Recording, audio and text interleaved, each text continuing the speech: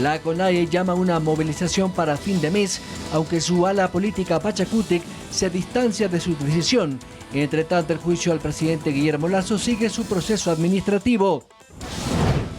En deportes, Juan José Froilán, conocido como Macho Man, es un atleta paralímpico y ex soldado del ejército colombiano que dejó los fusiles por el ciclismo. Les contaremos su historia.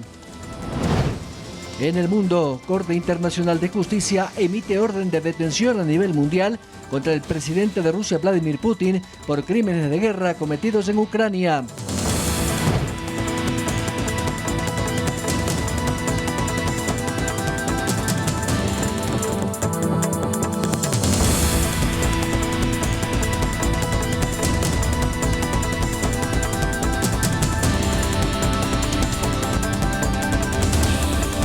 Buenas noches, viernes 17 de marzo del 2023. Bienvenidos a la emisión estelar de Noticias 7. Tenemos importante información para ustedes. Los invitamos a que nos sigan a través de eltelégrafo.com.es, en el dial Pública FM y también por nuestras redes sociales. Saludamos a nuestro compañero Byron Galarza, que me acompaña. Buenas noches, Byron. María Mercedes, ¿cómo estás? Como siempre, un gusto y por supuesto que ustedes, amigos televidentes y radioescuchas desde Pública FM, nos pueden seguir para enterarse lo último de esta jornada de viernes, último día de la semana. Así iniciamos.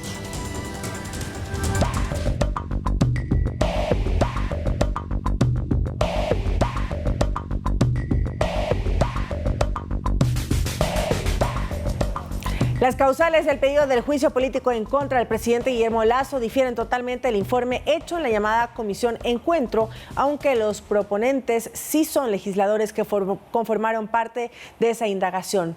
En un primer vistazo, la solicitud presenta errores de forma y fondo que podrían impedir su calificación. Fue anunciado que el pedido de juicio político está sustentado en los artículos 129 y 86 de la Constitución.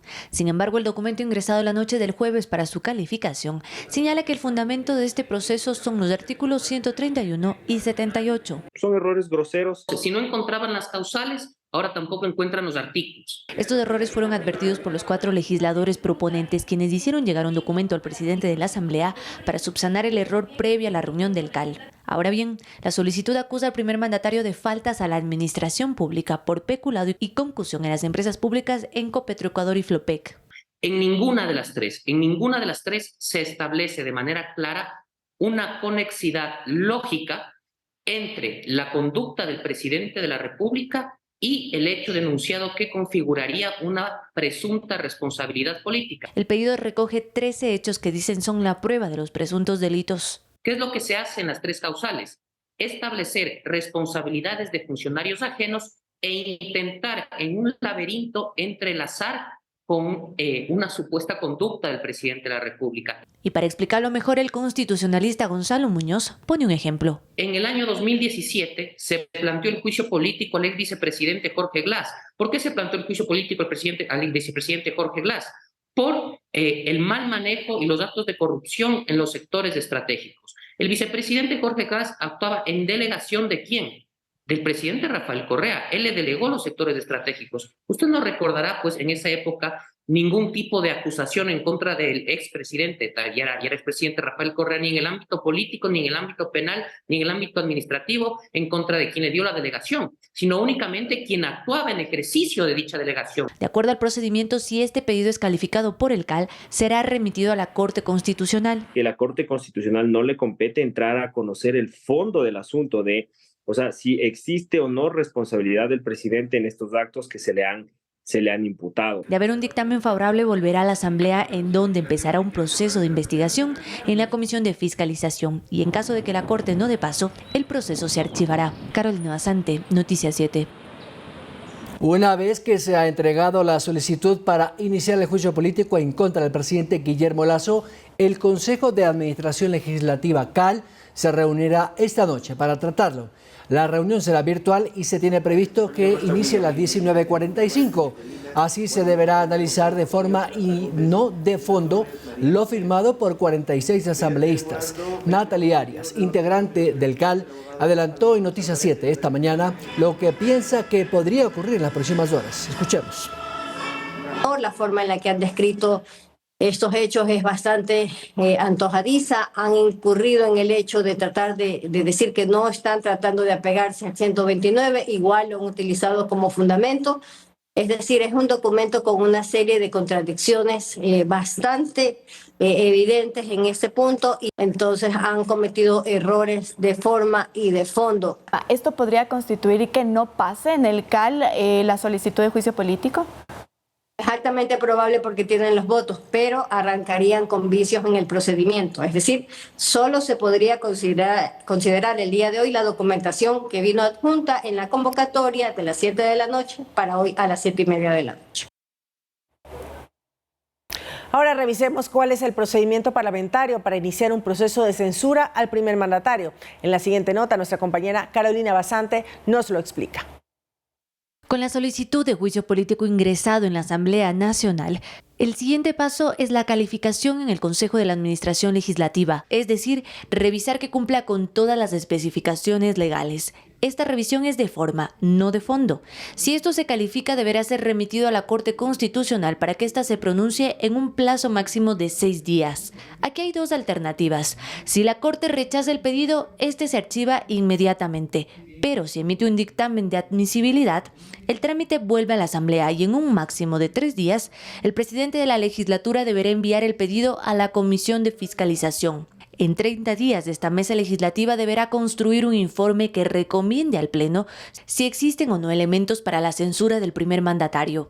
Durante este proceso se recogen las pruebas de cargo y descargo del interpelado y los interpelantes. Una vez que ese informe esté listo, el Pleno deberá ser convocado en un plazo de 5 días para conocer y debatir si acoge la recomendación de la Comisión de Fiscalización. Si aquí hay una mayoría que apoya el proceso de impeachment, el juicio político será convocado en una nueva plenaria. Ahí, luego de conocidas las pruebas y de un debate, serán necesarias 92 voluntades para la eventual destitución y censura del presidente. Carolina Basante, Noticias 7. Y la CONAIE realizó una convocatoria de asamblea para llamar a la unidad. Sin embargo, su ala política Pachacútec paralelamente convocó a otra reunión. Lo cierto es que por el momento se descarta un paro nacional. ¡Unidad! ¡Unidad! Una nueva asamblea de organizaciones sociales se desarrolló la mañana de este viernes 17 de marzo en la Casa de la Cultura. Fue la CONAIE la que hizo la convocatoria e invitó a dirigentes de la FEINE y la dividida FENOCIN. No es masivo, de pronto digan no han llegado, lo que sea. Está invitado a los dirigentes de manera amplia, varios, ganaderos, organizaciones sociales, de mujeres. Por otro lado, el dirigente indígena habló de la solicitud de juicio político en contra del presidente Guillermo Lasso, que deberá ser revisada por la Corte Constitucional. Pedimos a la a la Corte Constitucional que den paso sobre los argumentos. La misma Corte Constitucional dio paso por cosas menores, en este caso a otros procesos. Por lo tanto, estaremos expectantes y seguramente si es que es una negatividad, ahí vamos a tomar una decisión referente a este hecho. Sin embargo, y a pesar de que una de las consignas de la reunión era la unidad, la misma CONAIE posteó en sus redes sociales que desde Pachacútec, su bancada política, se había convocado simultáneamente a otra reunión. Y lo señala Salvador Quispe como divisionista, asegurando que del lado del pueblo ellos no están. ¿Y que qué pasa con las movilizaciones? No descartaron continuar con la agendada para el 28 de marzo, en donde se prevé entregar al Parlamento una propuesta para la ley de aguas, pero fueron cautos en señalar que aún no hay convocatoria a paro nacional. Andrea Orbe, Noticias 7. El presidente Guillermo Lasso dio de baja a los generales de la policía Mauro Vargas y Giovanni Ponce, como lo había anticipado esta semana. Mediante el decreto ejecutivo 691, el jefe de Estado los cesó en funciones y su decisión de desvincularlos entró en efecto. Vargas era inspector general, mientras que Ponce ocupaba el cargo de director administrativo financiero. Ambos están señalados de archivar una investigación sobre la mafia albanesa en Ecuador, denominada León de Troya.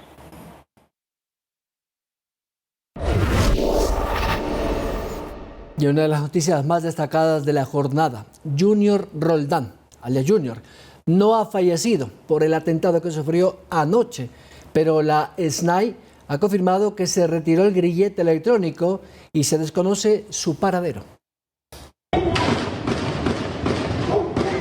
Una noche del terror en el cantón El Triunfo, provincia del Guayas, por el intento de asesinato a Junior Roldán, alias JR, quien funge como segundo cabecilla de los choneros. El líder criminal resultó herido por un atentado que trató de cobrar su vida, pero sobrevivió y permanece internado en un hospital de Guayaquil, desconocido aún por motivos de seguridad. 2 personas fallecieron y 5 resultaron heridas, según informó la Policía Nacional. Sin embargo, este viernes también se indicó que JR se quitó el dispositivo de rastreo. Una de las medidas cautelares que obtuvo el 14 de febrero, cuando ganó la prelibertad, era utilizar de forma permanente una pulsera de vigilancia. El dispositivo emitió señales hasta las 2:30 de la mañana. Luego llegó la alerta de que se la quitaron y el SNAI reportó al juez sobre el incumplimiento de la medida cautelar. Eso significa que podría haber un cambio en su estatus penitenciario. Eso sí, cuando lo encuentren. Lautaro Andrade, Noticias 7. El gobernador del Guayas se reunió con representantes de la Central Unitaria de Trabajadores, gremios y asociaciones para abordar el tema de seguridad.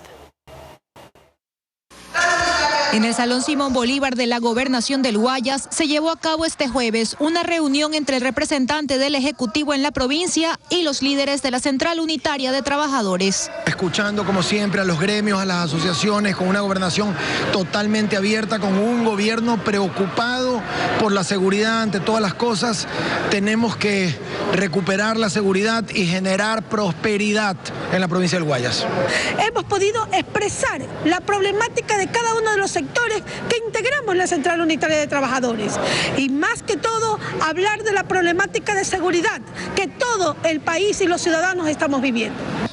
Durante el evento, los voceros de la CUT, que congrega a 1.500.000 afiliados y 97 organizaciones, agradecieron la apertura y ratificaron el apoyo al diálogo.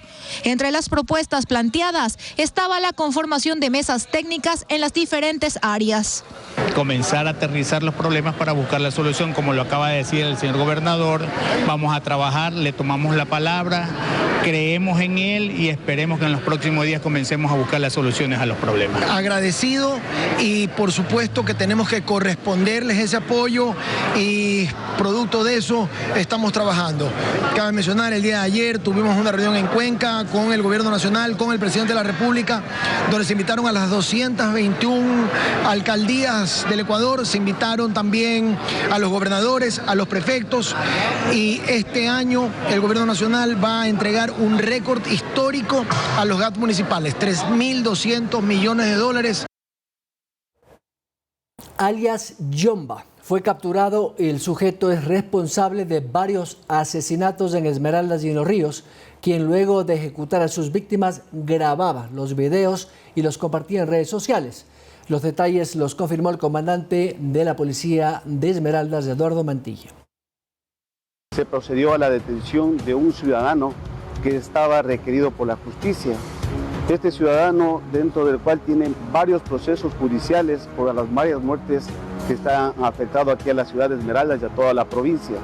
La captura fue organizada y planificada con los equipos de inteligencia y equipos de investigación. Se canalizó y se coordinó la aprehensión justamente en la carretera cuando se trasladaba a la ciudad de Guayaquil, específicamente en La Chorrera, esto es en la ciudad de Babahoyo. Este ciudadano, como usted tiene conocimiento, es una de las personas que por ganarse el liderato de la organización cometía crímenes atroces que eran publicados en el internet con la finalidad de ganar esa publicidad, ganar esa trayectoria de liderazgo dentro de lo que es aquí de estos grupos delictivos. Y en el marco de la balacera ocurrida la noche de ayer en El Triunfo a Junior Roldán, queremos conocer quién es, por qué su nombre se vincula al crimen organizado. Vamos a conocer a continuación su perfil criminal.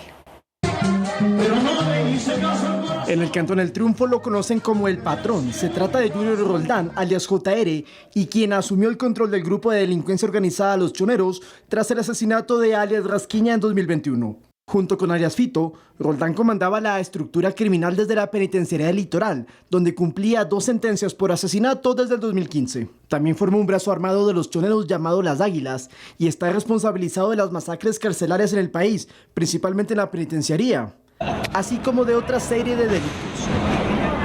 En 2 ocasiones durante el 2022, Roldán trató de salir de prisión por vías judiciales, primero con un habeas corpus que fue desechado y luego con un beneficio de prelibertad por mal estado de salud. El 15 de diciembre salió libre, pero lo volvieron a detener por presunto tráfico de armas. Sin embargo, el fiscal del caso se abstuvo de acusarlo y hace un mes, JR retornó a su pueblo natal. Este jueves, en causas aún sin esclarecerse, trataron de asesinarlo sin éxito. Lautaro Andrade, Noticias 7. 4 toneladas de cocaína fueron decomisadas por la policía en el puerto de Guayaquil. Fue descubierta en un cargamento de fruta congelada con destino a Sierra Leona. Esto es en África, con un valor en el mercado internacional que supera los $228 millones. 200 millones de dólares es el valor de las 4 toneladas de droga incautadas en el puerto de Guayaquil por la policía esta madrugada. Se trata del mayor cargamento decomisado en lo que va del año y fue descubierto en una inspección de rutina por el grupo de canes antinarcóticos que trabaja en Guayaquil. En un solo contenedor de exportación de fruta enlatada se descubrieron 3.800 paquetes positivos para cocaína. El alcaloide tenía destino final África. En Ecuador, la droga tiene un valor de $7 millones que representarían unas 37 millones de dosis. Los narcotraficantes escondieron la droga en cajas de duraznos congelados y en cada ladrillo destacaban iniciales como Sol y S7, que serían, según la policía, la identificación de las bandas. Entre el 1 de enero y este 5 de marzo del 2023, las autoridades han decomisado más de 33 toneladas de droga a escala nacional. Byron Galarza, Noticias 7. Ecuador utiliza toneladas de cocaína incautada para la construcción. Este método se llama encapsulamiento de droga. Países de la región buscan replicar la estrategia ecuatoriana, pues es más beneficiosa en tiempo y costos. Nuestro compañero Edison Saavedra nos trae el informe.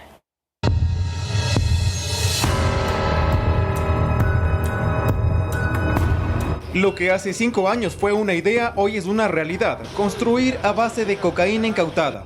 Puede que le suene raro, pero Ecuador es el pionero en la región de lo que se denomina encapsulamiento de droga. Lo que quiere decir es que impide que esta sustancia o desecho peligroso tenga algún contacto luego con el exterior. El cargamento llega custodiado por uniformados del Grupo Especial Móvil Antinarcóticos fuertemente armados. En este caso se procesaron 9 toneladas de cocaína. Se constata la calidad y la cantidad de la droga y entra en una fase de inertización. Toda la droga decomisada ingresará a esta máquina para ser triturada conjuntamente con vidrios, mismos que formarán parte del material para la construcción. Una vez que ya tenemos esta mezcla que ya no es droga, está inertizada, quiere decir que le quitas la propiedad activa de volver a reaccionar. El siguiente paso será mezclarla con cemento, arena y otros materiales. Esa mezcla hace que se elimine el componente químico de la droga. Justamente ese producto final es el que se usa para la construcción. Es lo mismo que pasa cuando tú estás haciendo una losa, el cemento se mezcla con el agua, con la arena, con el ripio y se forma el concreto. Este procedimiento por ahora se realiza únicamente en terrenos con licencias ambientales, pero a futuro se analiza hacerlo en otros espacios. Se está haciendo estudios y se verá la factibilidad o no de hacerlo posiblemente para plataformas que sean utilizadas posiblemente como canchas deportivas, como bodegas, pero dentro de recintos posiblemente policiales, militares, es decir, donde haya seguridad. Es importante recalcar que el encapsulamiento es un proceso para destruir la droga, que resulta más rápido y más barato que incinerarla. Para destruir 1 tonelada de droga incinerada, más o menos lleva entre 15 a 18 horas. ¿Sí? Con este método estamos hablando de 12 horas de trabajo y se destruyen alrededor de 15 toneladas. En el 2022 se destruyeron 148 toneladas con este método y en lo que va del 2023 ya se han destruido 30.22 toneladas. Países de la región como Perú, Guatemala, Colombia, entre otros, buscan replicar la estrategia ecuatoriana, pues los beneficios en tiempo y costo son considerables. Por ejemplo, 9 toneladas que ahora se está destruyendo, encapsulando, en el Perú nos demoraríamos un promedio de 10 días a 12 días. Este es un método que nos podría ayudar bastante a nosotros, digamos, en Guatemala. De hecho, ya estamos en un proceso para poder nosotros ajustarnos a las normativas de la legislación de nosotros y buscando el espacio físico para poder implementar este método. Todo el encapsulamiento de las 9 toneladas de droga tomó aproximadamente un poco más de 2 horas. Finalmente todo termina aquí, en piscinas de concreto, donde será prácticamente imposible volver a extraer el alcaloide. Con cámaras de Giovanni Murillo, Edison Saavedra, Noticias 7.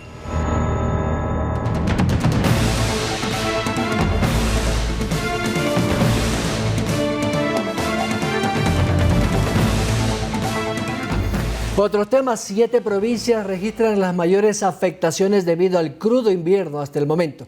Veamos cuáles son. Desde que comenzó la temporada invernal, las provincias más afectadas del país son Manabí, Guayas, Santa Elena, Los Ríos, Imbabura, Chimborazo y Pichincha. Así lo determina un informe de la Secretaría Nacional de Riesgo. Y es que según la información levantada por dicha entidad, desde enero hasta la primera semana de marzo se han registrado 18 personas fallecidas, más de 14.000 personas afectadas, 42 viviendas destruidas y 5.917 hectáreas de cultivos afectados. Hasta la fecha, 7 cantones han sido declarados en emergencia: San Jacinto de Yaguachi, Montalvo, Milagro, Chone, Salinas, Santa Elena y Nangaritza. En la provincia del Guayas, por ejemplo, se desbordó el río Bulubulu y se registraron inundaciones en cantones como San Jacinto de Yaguachi, El Triunfo y Milagro. Simón Bolívar, Guayaquil en su momento. El más preocupante es Milagro. Tenemos entendido y lo estamos viendo que las aguas están bajando. Hemos podido enviar al Banco de Alimentos, a los bomberos, a la Policía Nacional, a la Secretaría de Riesgos y ayudar en todo el contingente posible. Si bien es cierto, el ciclón Yaku ya bajó, estamos en plena época invernal, las lluvias van a continuar y estamos pendientes de los cantones que han tenido problemas y de los 25 cantones de la provincia del Guayas. Debido a las lluvias en el país se han activado 23 COEs cantonales y 5 COEs provinciales. Momento de una pausa. Al volver, la hiperplasia prostática, si no se trata a tiempo, podría causar serios daños a la vejiga que incluso pueden llegar a la insuficiencia renal.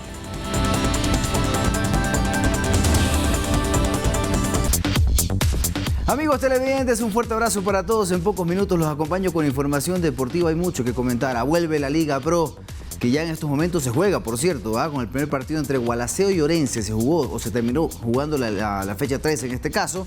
Y les tengo que contar que el piloto ecuatoriano Juan Manuel Correa también da novedades, porque este fin de semana tiene una nueva válida de la Fórmula 2. Esto y más en pocos minutos.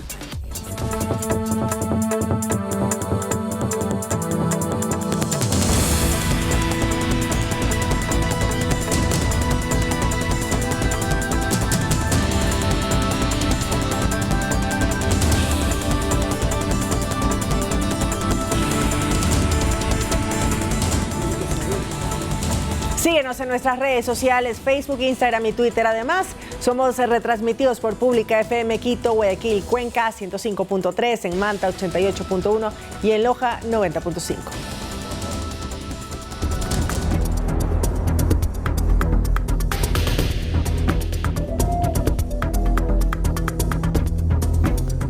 En el 2018, la Asamblea Nacional conformó una comisión especializada para indagar el caso Gabela.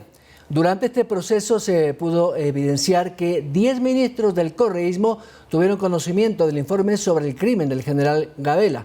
Así se determinó que no fue producto de la delincuencia común. Sin embargo, el documento desapareció. En 2010, el general Gabela murió luego de ser atacado en su casa en San Borondón.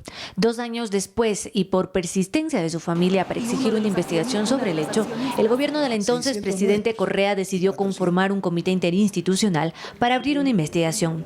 Este comité estuvo conformado por los entonces ministros Lenin Lara, en el Ministerio de Justicia, José Serrano, a la cabeza del Ministerio del Interior, María Fernández Pinoza, en el de Defensa, Homero Arellano, ministro coordinador de la Seguridad, y Cristian Castillo como secretario de Transparencia.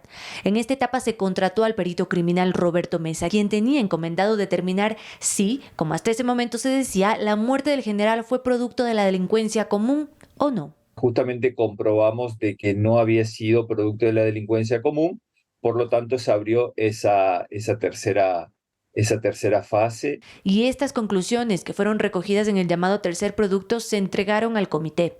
En 2015, cuando se había ya reconfigurado, quienes hicieron público el documento fueron Lady Zúñiga como ministra de Justicia, César Navas, entonces a cargo del Ministerio de Seguridad, Fernando Cordero, ministro de Defensa, José Serrano en el Ministerio del Interior, Ernesto Valle como delegado de la Secretaría de la Administración y Pedro Solines, quien figuraba como secretario de esta comisión. Ellos habrían conocido este tercer producto. El perito Mesa dejó un trabajo realizado donde constaban nombres de los autores intelectuales. Esta información fue recogida por la Asamblea Nacional en 2018, cuando se abrió una indagación y se convocó a los exministros, exgenerales de la FA y también al perito Mesa. Algunos generales ya no están en este país como funcionarios públicos. En ese momento, el legislativo realizó un informe en el que se pidió la investigación de las cuentas de 70 exfuncionarios del correísmo, incluido el expresidente Correa, y además determinó que existen evidencias suficientes de un posible crimen de Estado, por lo que el documento fue remitido a la Fiscalía y Contraloría. Carolina Basante, Noticias 7. El tribunal presidido por la jueza Catherine Muñoz negó el pedido de habeas corpus solicitado por el expresidente Lenín Moreno y su esposa Rocío González, quienes interpusieron este recurso con la finalidad de que les cambie la medida cautelar dispuesta dentro del caso Sinohydro y puedan presentarse en la Embajada de Ecuador en Asunción, Paraguay. Con la negativa de los magistrados, el próximo lunes 20 de marzo deberían acudir a la Sala Penal de la Corte en el norte de Quito, según lo estableció el conjuez Adrián Rojas. Además, ese mismo día se efectuará la audiencia de revisión de medidas cautelares solicitada por 7 procesados en el caso, pero la defensa del exmandatario insistirá en el cambio de la medida de presentación. Temas económicos, los primeros resultados de las mesas productivas de agencias de control y productividad fueron presentadas por el titular de esta cartera, Julio José Prado. Entre los resultados está, por ejemplo, la reducción de 421 partidas arancelarias y un ahorro de 4.7 millones de dólares. Este 17 de marzo se realizó la presentación de 6 avances de la mesa productiva de agencias de control y competitividad. El ministro de Producción, Julio José Prado, dio a conocer algunos de los resultados en este proceso, donde se cuantificó un ahorro de 4.787.259 dólares para los sectores productivos. 235 partidas arancelarias de la BUE, la ventanilla única de exportación.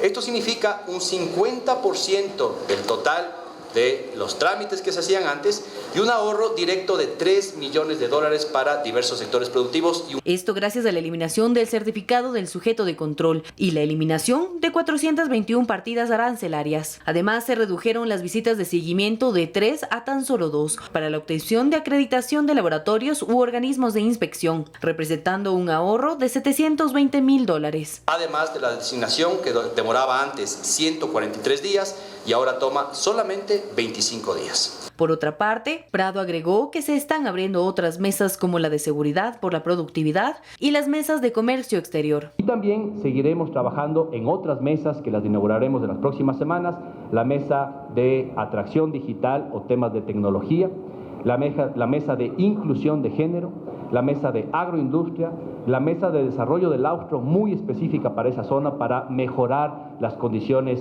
de acceso a mercado. Manuela Bedón, Noticias 7. Economistas descartan coletazos en el país tras la caída de bancos en los Estados Unidos. Veamos. 2 bancos claves en Estados Unidos para el mercado de criptomonedas y otro enfocado en financiar las empresas tecnológicas. Al quebrar, estos no afectarían al Ecuador, según el economista Galo Cabanilla. No vamos a tener un efecto porque, como digo, estos bancos que han caído en los Estados Unidos son bancos que no van a causar una crisis sistémica. El objetivo que tenían estos bancos, el mercado al que se dedicaban, no es un mercado al que se dedican los bancos en el Ecuador, como son empresas de innovación o tecnología o criptomonedas. Entonces, en realidad, están fuera de ese tema. Cabanilla hace un llamado a la tranquilidad en el Ecuador y quien concuerda con ese criterio es el analista económico Jorge Calderón, quien además añade que de igual forma hay que estar muy atentos si otras entidades bancarias en Estados Unidos se ven afectadas. ¿Qué tenemos que hacer en este sentido? Tener un mercado ecuatoriano más diversificado, fortalecer nuestras reservas internacionales para evitar cualquier contagio, diversificar las alternativas de crédito a nivel de la banca ecuatoriana y a nivel justamente del país. Y advierte que esto puede ser utilizado de alguna forma para crear incertidumbre en el Ecuador, sobre todo en el tema político. Empiezan a generarse rumores infundados en muchos casos y esto genera alertas que provocan la salida de los depósitos. Yo creo que es importante, a pesar de que no existan anuncios o problemas en la banca, que la Superintendencia de Banco haga llamados a la tranquilidad. Los 4 bancos principales en los Estados Unidos que causarían una crisis sistémica son el JP Morgan Chase, el Citigroup, el Bank of America o Wells Fargo. Ninguno de los 4 tiene estos problemas. Ambos coinciden en que la situación en Estados Unidos está controlada y que no hay razones para recibir efectos negativos en la economía local. La silla vacía es un mecanismo constitucional de participación ciudadana que permite a la población, a los ciudadanos comunes y corrientes, participar en la construcción de ordenanzas y resoluciones en los consejos municipales. Conozcamos de qué se trata. Buenas tardes. Desde el 2014, en la administración de Mauricio Rodas, los quiteños han podido acudir al Consejo Metropolitano de Quito para tener voz y voto en la creación de ordenanzas. En sus primeros 4 años hubo 26 postulaciones, mientras que desde el 2019 la cifra va en aumento. Se han presentado 146 organizaciones y ciudadanos que han sido acreditados a silla vacía. Postularse es sencillo y solo es necesario demostrar que no hay conflicto de intereses con la ordenanza o que se es parte de la función pública. Un concejal presenta una ordenanza, una iniciativa legislativa y la Secretaría General revisa que cumpla los requisitos, la califica y le asigna a una comisión. Inmediatamente, a través de las redes sociales que dispone el Consejo, la Secretaría del Consejo, y hace una convocatoria pública para que aquellos ciudadanos que tengan interés en participar. Este mecanismo, amparado en la Constitución y en la Ley Orgánica de Participación Ciudadana, busca que la inserción de la sociedad en la legislación no sea un tema burocrático. Puede que se esté tratando alguna ordenanza que vaya en beneficio de su comunidad. Y siempre es bueno contar con la voz de los ciudadanos que son quienes saben las soluciones, quienes saben la problemática. Marcelo Espinel en 2016 ocupó la silla vacía. Fue un proceso muy interesante en el cual se pudo discutir tanto en las comisiones al respecto del contenido de este proyecto de ordenanza y también en el pleno del Consejo Metropolitano.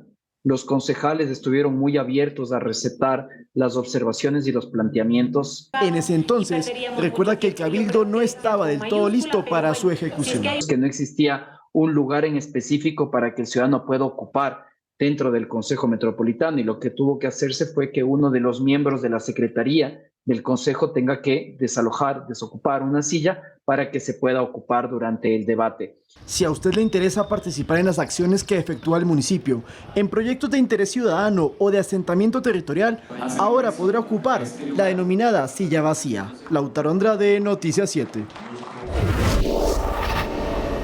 En otros temas, la hiperplasia prostática, si no se la trata a tiempo, podría causar serios daños a la vejiga que incluso pueden llegar a la insuficiencia renal. Pero, ¿qué síntomas tiene esta enfermedad y cómo se la puede prevenir? Se lo contamos en la siguiente nota.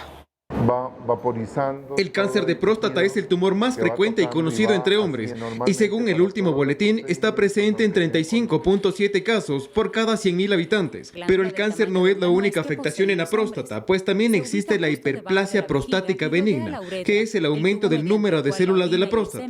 Este crecimiento suele darse a partir, especialmente de los 40 años, empieza a aumentar poco a poco. En promedio, los síntomas inician a los 60 años y básicamente se relacionan a la forma de orinar. El empezar a orinar más frecuentemente, se empieza el paciente a despertar en las noches, a orinar, algo que no hacía antes, siente que el chorro empieza a disminuir, que tiene que pujar más para empezar a orinar.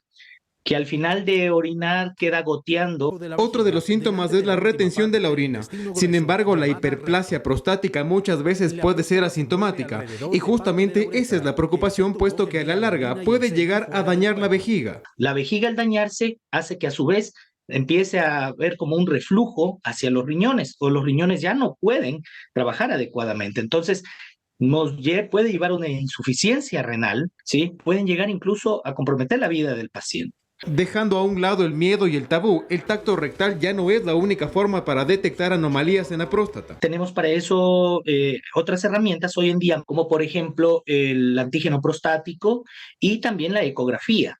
Por ello, se recomienda realizarse exámenes rutinarios para descartar cualquier irregularidad. A los 45 años ya deberíamos hacernos un primer chequeo prostático. Y a partir de los 50 años es un chequeo una vez al año. Ya, así no tengamos síntomas ni signos.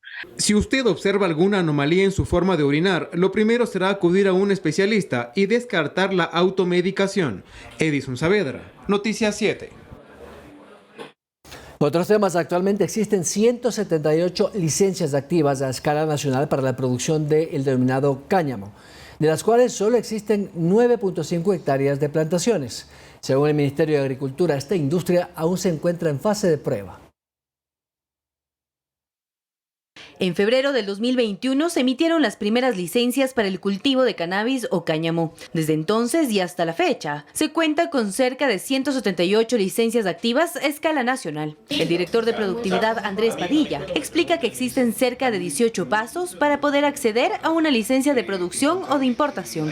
Se les pide RUC, nombramientos, declaraciones juramentadas, antecedentes penales, el pago de las tasas, obviamente, planos georreferenciados y un proyecto que incluya un plan agrícola detallado de cómo van a realizar la producción de cannabis en el caso de que la licencia sea referente a la producción agrícola o en el caso de que sea la producción industrial de igual manera.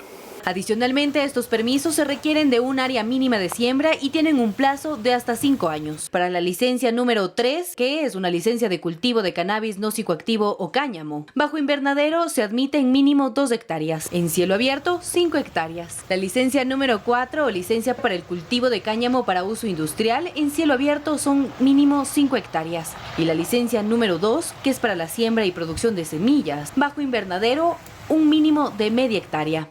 Sin embargo, existen dudas en los consumidores, ya que en el Código Orgánico Integral Penal, en su artículo 122, no se pena la tenencia ni el consumo. Que nos digan, bueno, ¿cuántas plantas pueden tener ustedes como usuarios? Queremos estar seguros de que no van a llegar a nuestra casa, nos van a tratar como narcotraficantes, porque eso es lo que hace. Para quienes la consumen, esta planta cuenta con múltiples beneficios que deberían ser accesibles para toda la ciudadanía. Para la gente del cáncer, también para la gente de Alzheimer, de problemas neuronales también. Padilla explica que actualmente el ministerio está enfocado en el fortalecimiento de los licenciatarios actuales. Tratar de fomentar toda la cadena de valor, asegurarla, garantizarla y protegerla y supervisarla, para que posterior el éxito propio de la empresa privada jale mayor cantidad de personas que puedan acceder al proyecto. La producción de cáñamo en el país continúa en una fase de prueba, por lo que según las autoridades, aún no se puede hablar de una despenalización recreativa. Manuela Bedón, Noticias 7. Según la DINAPEN, el año pasado fueron abandonados 2 bebés, pero en lo que va del 2023 ya son 3 los casos de niños abandonados en la zona 8. Hace poco, una pequeña que tenía 2 horas de haber nacido fue encontrada. Contamos cuál es su estado de salud. Tras el hallazgo de una bebé abandonada entre la basura en el suroeste de Guayaquil, el jefe de la Policía Especializada en Menores, Edison Santillán, asegura que la recién nacida está estable. En el hospital de niño se tomó contacto con los galenos de turno, la niña quedó ingresada en el área de UCI con carácter reservado. El día de ayer, en los seguimientos que hemos realizado, la niña ya se encuentra mejor, ya está estable. La niña tenía 2 horas de haber llegado al mundo y junto a ella estaban aún el cordón umbilical y la placenta. Había nacido en la semana 36. Al momento la paciente está en un área de cuidados críticos por toda la patología y por todo lo que pasó con ella desde el inicio. Obviamente está estable, está monitorizada y está siendo seguida por todos los especialistas del hospital, no solo la parte clínica. En la casa de salud a la que fue ingresada, le brindaron primeros auxilios y le practicaron exámenes de rutina.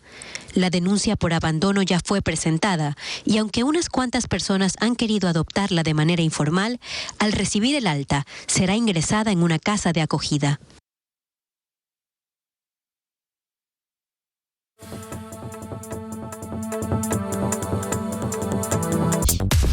Bien, estamos en deportes. Fernando Estrada me ha copiado. El look está copiado.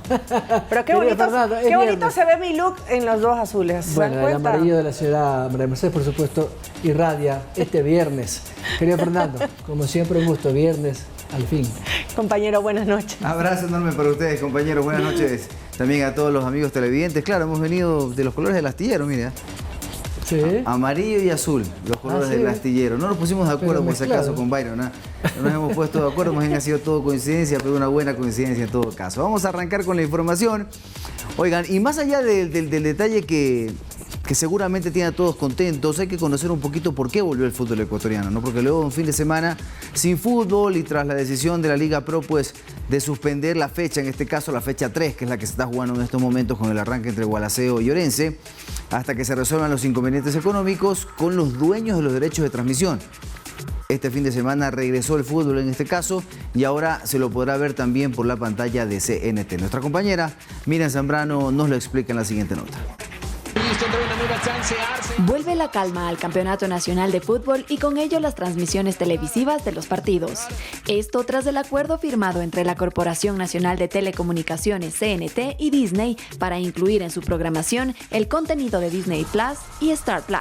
Según el comunicado publicado por CNT, la empresa ecuatoriana será la distribuidora oficial del contenido de estas plataformas que incluye, entre otros, películas, series y deportes como la Liga Ecuatoriana de Fútbol. Y aclara en su parte final que la empresa no tiene relación comercial y contractual alguna con Gol TV, por lo que no es responsable de lo que suceda con las transmisiones del Campeonato Nacional. Pero, ¿por qué se paralizó la Liga Pro?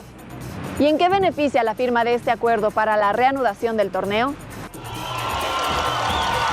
Pasa que no se estaban cumpliendo los compromisos contractuales entre los clubes de fútbol y la empresa dueña de los derechos de transmisión, por lo que esta última buscó aliados para ser más rentable y así Disney se sumó a las televisoras por cable que adquirieron el servicio. La empresa norteamericana de entretenimiento, a su vez, llegó a un acuerdo con CNT que le permitiera obtener mayores ingresos por su programación, incluida la retransmisión del fútbol nacional.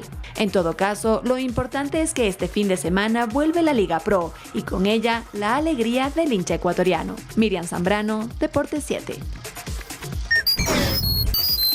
Bien, seguimos con más información porque sin duda alguna pues hay más novedades de clubes que siguen dando sus primeros pasos también acá en nuestro país. Antonio Valencia es uno de esos casos con la presentación, en este caso de su plantilla y de la indumentaria que su equipo AB25 con la que participará en realidad en este caso en el 2023 en el campeonato de la segunda división del fútbol ecuatoriano. ¿Quieren ver la indumentaria? Vean a continuación. Si hay alguien que sabe cumplir sueños, ese es Antonio Valencia, aunque muchos de ellos, confiesa, ni siquiera pasaron por su cabeza. Ha sido complicado, pero gracias a Dios ahora tenemos un complejo propio. En 2 meses vamos a inaugurar una cancha, entonces estoy muy feliz por el bien de los jugadores, ¿no? Porque yo creo que con una cancha buena, en óptimas condiciones, el jugador va a ser feliz y va a rendir más. Antes como jugador, hoy como dirigente y dueño de su propio equipo de fútbol AB25, que presentó su plantilla e indumentaria con la que jugará este 2023 en la segunda división del fútbol ecuatoriano. Esperamos que vayamos a hacer un torneo bueno, me siento muy orgulloso de que vamos a enfrentar a Deportivo Quito, ¿no? un equipo histórico, ¿no? Ojalá que lo vaya muy bien y esperamos que podamos hacer una buena pretemporada. Un proyecto ambicioso que busca convertirse en un semillero como Independiente del Valle dice.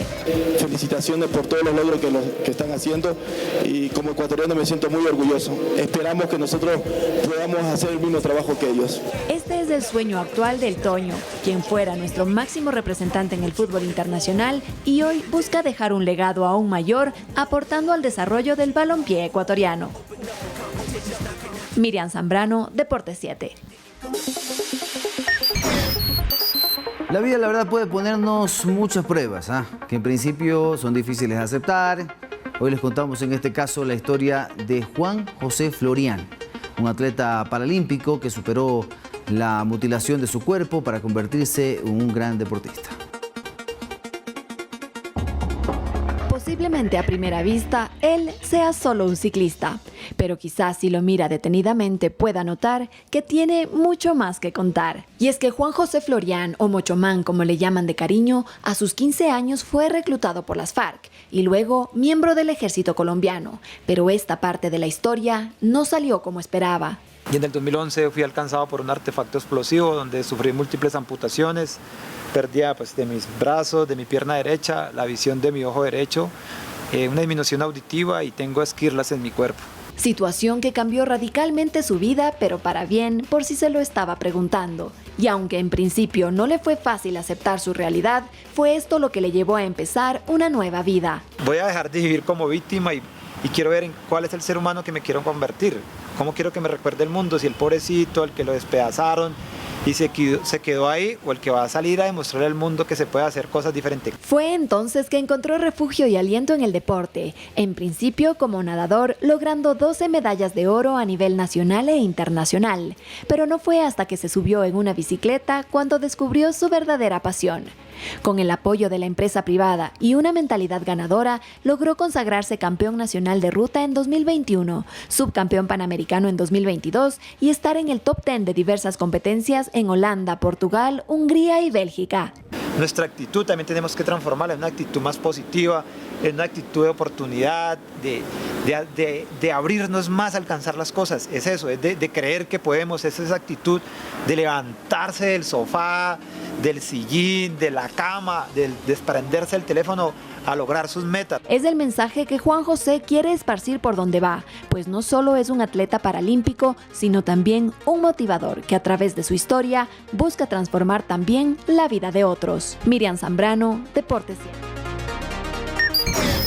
Sin duda, tremenda historia de superación. Y hablando de superación, uno que también pasó un problema muy complicado es Juan Manuel Correa. Qué bonito hablar de Juan Manuel porque sigue haciendo sus sueños realidad. El ecuatoriano en este caso va a participar este fin de semana en esta segunda válida de la Fórmula 2, donde el ecuatoriano intentará hacer su mejor participación. Esto va a ser en el Gran Premio de Arabia Saudita, en el circuito urbano de Jeddah.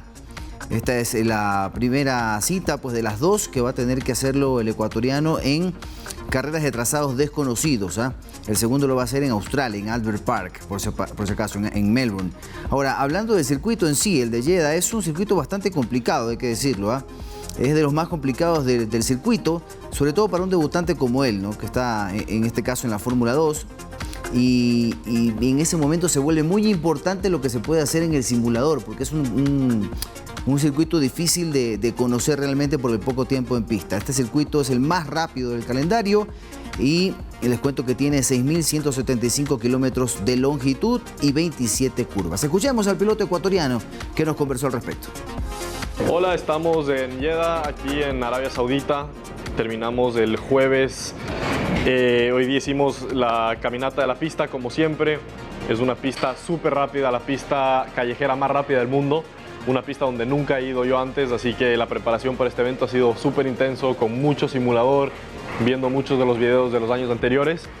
Y bueno, vamos a ver cómo va mañana en la práctica y en la clasificación. Estoy emocionado, un poco nervioso obviamente. Esperemos tener un buen viernes para comenzar en las carreras más adelante lo que pudimos hacerlo en Bahrein y seguir sumando puntos. Así que los mantendremos al tanto durante el fin de semana y deseenme mucha suerte. Muy bien, mucha suerte para Juan Manuel, a que le vaya de película, en este caso en Arabia Saudita, donde tendrá que poner su destreza en el volante a prueba. De mi parte es todo en los deportes y después del corte venimos con información internacional.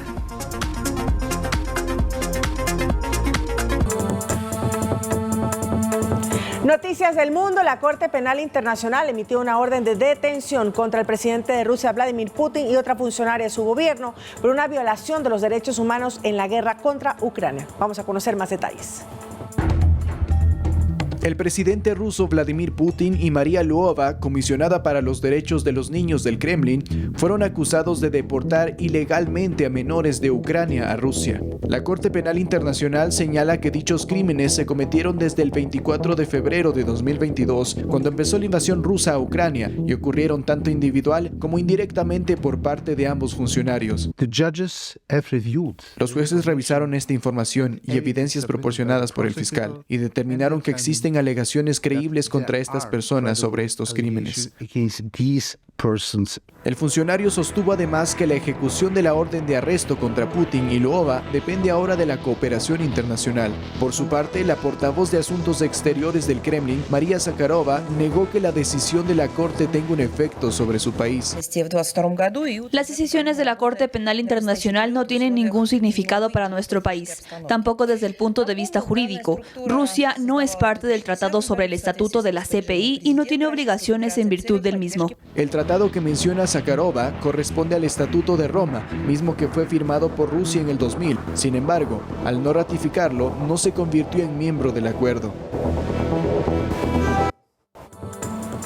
Y el número de muertos en Malawi, esto es en África, a causa del impacto del ciclón tropical Freddy, supera los 300 después de que tocara tierra el pasado domingo, según han informado las autoridades locales. Los estragos del ciclón Freddy continúan en Malawi, en donde el presidente Lazarus Chakwera hizo un llamamiento para pedir ayuda mientras asistía al funeral de algunas de las víctimas del ciclón Freddy en la ciudad meridional de Blantyre.